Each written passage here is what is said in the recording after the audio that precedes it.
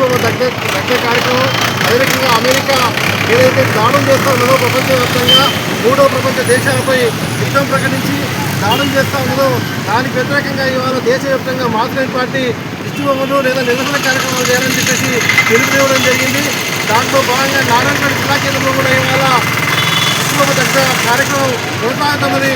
ముఖ్యంగా ఇవాళ ప్రపంచంలో ట్రంప్ అధికారంలోకి వచ్చిన తర్వాత దాదాపు అనేక చిన్న దేశాలపైన తన ఆధిపత్యం కోసం అక్కడ ఉండేటువంటి పెట్రోల్ కావచ్చు, డీజిల్ కావచ్చు, లేదా ఇతర ఖనిజాలు ఇవాళ సమాజంలో లేక అంటే ప్రభుత్వాలు నడిచేటందుకోసం అవసరమైనటువంటి మౌలిక అవసరాలు ఆ దేశాల అవసరాలు తీసుకునేటందుకు ఆయా దేశాల్లో ఉన్నటువంటి ఖనిజ అవసరాలైనటువంటి లేదా మామూలుగా దొరికేటటువంటి ఖనిజాలు మొత్తం కూడా తమ వశం పరుచుకోవడం కోసం ఇవాళ పెట్రోల్, డీజిల్ లాంటి వాటిని కూడా తమ ఆధీనంలోకి తెచ్చుకోవడం కోసం ఆ దేశంలో ఉన్నటువంటి ప్రజలపైన, ఆ దేశ అధ్యక్షులపైన లేదా ఆ దేశంలో ఉన్నటువంటి పాలక వర్గం పైన పూర్తిగా దాడులకు పాల్పంటున్నది.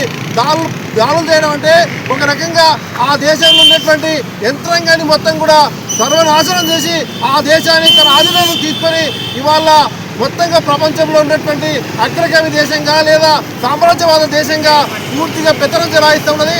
ఆ రకంగా చెలాయించడం అంటే ఇవాళ ప్రపంచంలో ఉన్నటువంటి 3వ ప్రపంచ దేశాలు కావచ్చు లేదా ప్రపంచంలో పేద దేశాలైనటువంటి దేశాలపైన ఇవాళ చాలా నష్టాలకు లేదా పేద ప్రజలు నష్టానికి గురి అయ్యేటటువంటి స్థితి ఇవాళ ప్రపంచంలో నెలకొని ఉన్నది.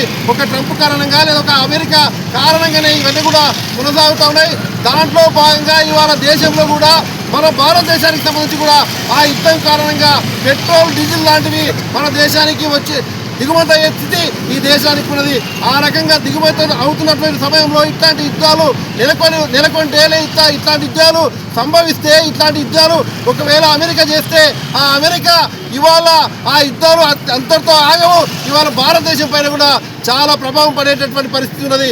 ఆ రకంగా పెట్రోల్, డీజిల్ ఈ దేశానికి రాకపోవడం ఒక్కడే కాదు, ఇవాళ నిత్యావసర వస్తువులు అంటే పెట్రోల్, డీజిల్ పైన ఆధారపడి నడుస్తున్నటువంటి చిన్న మధ్య తరహా వ్యాపారాలు కావచ్చు లేదా దాని ద్వారా తయారైనటువంటి నిత్యావసర వస్తువులు కావచ్చు, ఇట్లాంటి వస్తువుల ధరలు విపరీతంగా పెరిగేటటువంటి పరిస్థితి ఏర్పడుతుంది. ఇప్పటికే ఇవాళ అనేక దేశాల్లో చాలా ఎక్కువ మొత్తంగా నిల్వ పెట్టినటువంటి పెట్రోల్, డీజిల్ నిల్వబెట్టినటువంటి పరిస్థితి ఆయా దేశాలకు ఉన్నప్పటికీ కూడా మన దేశంలో కేవలం ఒక నెల ఈ రకంగా యుద్ధం కొనసాగితే ఈ దేశంలో అట్లాంటి నిల్వలు చేసుకునే పరిస్థితి కూడా మన దేశం లేదు. అంటే ఇవాళ మన దేశం కూడా ఎంత దిగజారిన స్థితిలో ఉన్నదో మనం అర్థం చేసుకోవాలి.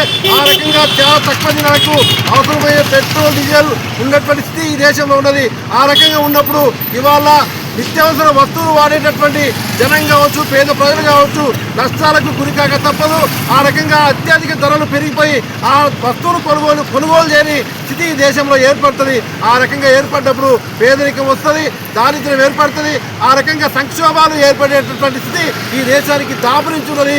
కాబట్టి యుద్ధం వద్దు, శాంతి వద్దు లేదా యుద్ధాలు ఆపాలని చెప్పేసి అమెరికా సామ్రాజ్యం ఏ రకంగా అయితే ప్రపంచవ్యాప్తంగా యుద్ధాన్ని కొనసాగిస్తా ఉన్నదో ఆ ప్రపంచవ్యాప్తంగా అమెరికా సామ్రాజ్యవాదం కొనసాగించేటటువంటి యుద్ధాలని వెంటనే ఆపాలని చెప్పేసి డిమాండ్ చేస్తూ దేశవ్యాప్తంగా ఆందోళన కార్యక్రమాలు ఇవాళ చేస్తూ ఉన్నాం. కాబట్టి వెంటనే ఇరాన్ పైన అమెరికా సామ్రాజ్యవాద పెత్తనం అనేది ఆగాలని చెప్పేసి ఆ రకంగా ఆయా దేశ అధ్యక్షులపైన కావచ్చు, ఆ దేశ ప్రజలపైన కావచ్చు మారణకాండ వెంటనే ఆపాలని చెప్పేసి ఈ సందర్భంగా మేము దేశవ్యాప్తంగా మార్క్సిస్ట్ పార్టీగా డిమాండ్ చేస్తూ ఉన్నాం.